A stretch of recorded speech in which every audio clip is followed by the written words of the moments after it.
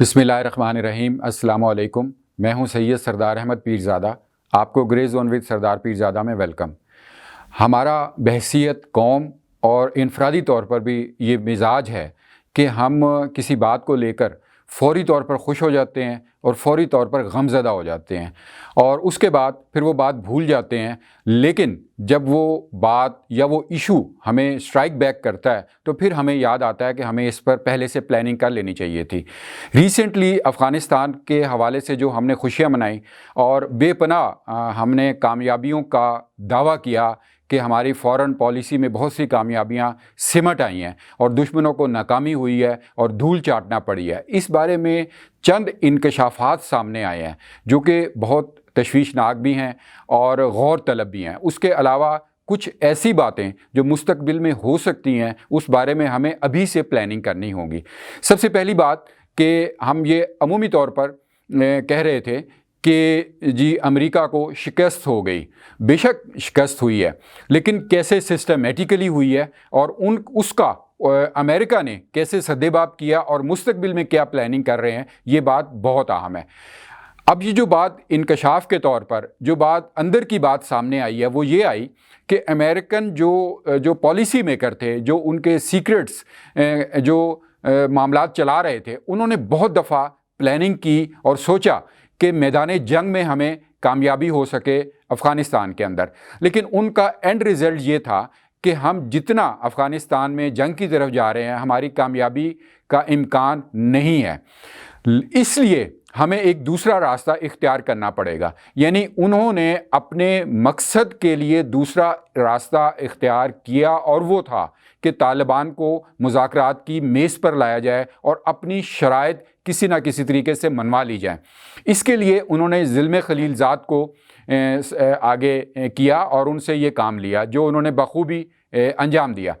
اب جو زلمے خلیل زاد یا پالیسی کا ایک جو طریقہ کار تھا جو انہوں نے ریکمینڈ کی تھی وہ یہ تھی کہ طالبان کے ساتھ کنڈیشنڈ بیسڈ معاہدہ کیا جائے، یعنی شرائط کے تحت ایسا معاہدہ کیا جائے کہ آپ فلاں فلاں شرط پوری کریں گے تو ہم یعنی امریکہ وہاں سے نکلتا چلا جائے گا اور آپ کو راستہ دے گا۔ لیکن جو ہی جو بائیڈن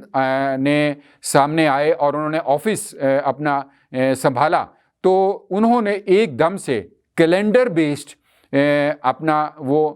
سامنے پلاننگ رکھ دی، یعنی انہوں نے ڈیٹ دے دی کہ 31 اگست تک امریکہ جو ہے واپس چلا جائے گا۔ یہ بات جو اس پلاننگ یا اس منصوبے سے مختلف تھی جو زلمے خلیل زاد نے شروع کیا تھا، یہ اب بات سامنے آئی ہے اور جس کا بہت زیادہ نقصان ہوا امریکہ کے بہاف پر۔ یہ اب وہاں کے پالیسی میکر سوچ رہے ہیں اور کہہ رہے ہیں، جس کی بنیاد پر جو بائیڈن کو بہت زیادہ تنقید کا سامنا بھی کرنا پڑ رہا ہے۔ اب اگر دیکھا جائے تو اب یہ بات وہاں سامنے آ رہی ہے کہ اشرف غنی نے امریکہ کو بہت زیادہ مایوس تو کیا، بہت زیادہ نقصان بھی پہنچایا۔ یعنی انہوں نے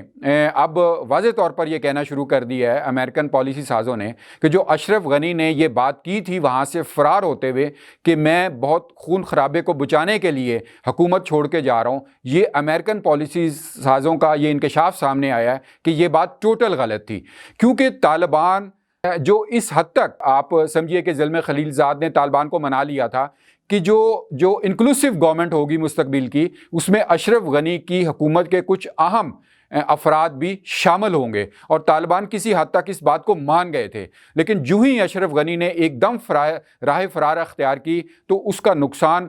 پوری طریقے سے یعنی امریکہ کی جو پالیسیز تھی وہ ان کے اوپر آ گیا اور زلمے خلیل زاد اور جو دیگر وہاں کے اراکین تھے ان کو بہت مایوسی ہوئی، لہٰذا وہ سارے کا سارا ملبہ اس وقت اشرف غنی کے اوپر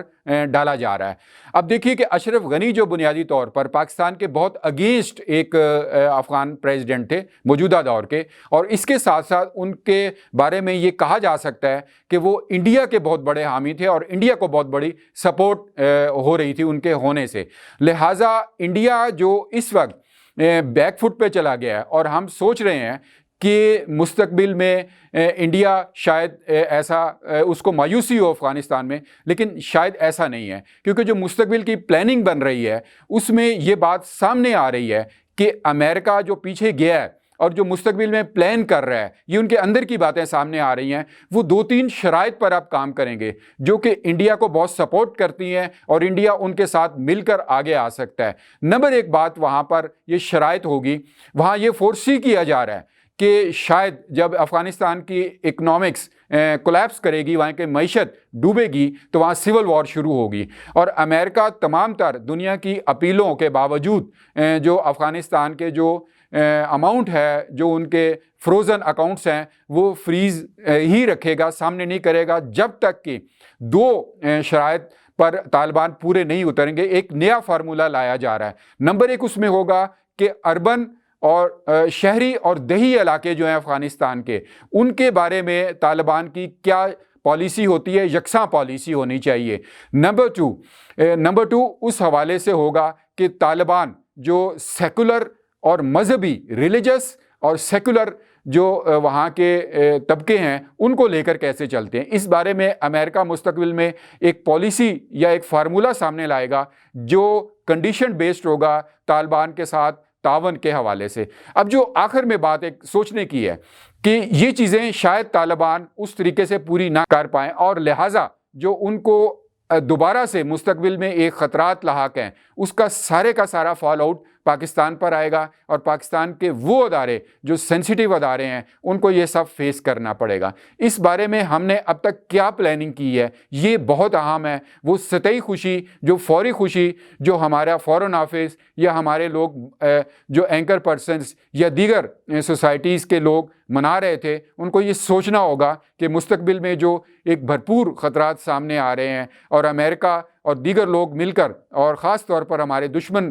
ممالک جو ہیں سامنے اس حوالے سے لائیں گے اور طالبان کو گھیرا جائے گا، اس سے پاکستان کو کیسے نکلنا ہے۔ ڈیئر ویورز، آپ اس ویڈیو کو لائک کیجئے اور شیئر کریں اپنے دوستوں کے ساتھ، سبسکرائب کریں چینل، اور فیڈ باکس میں ضرور اپنے کمنٹس دیجئے۔ God bless Pakistan.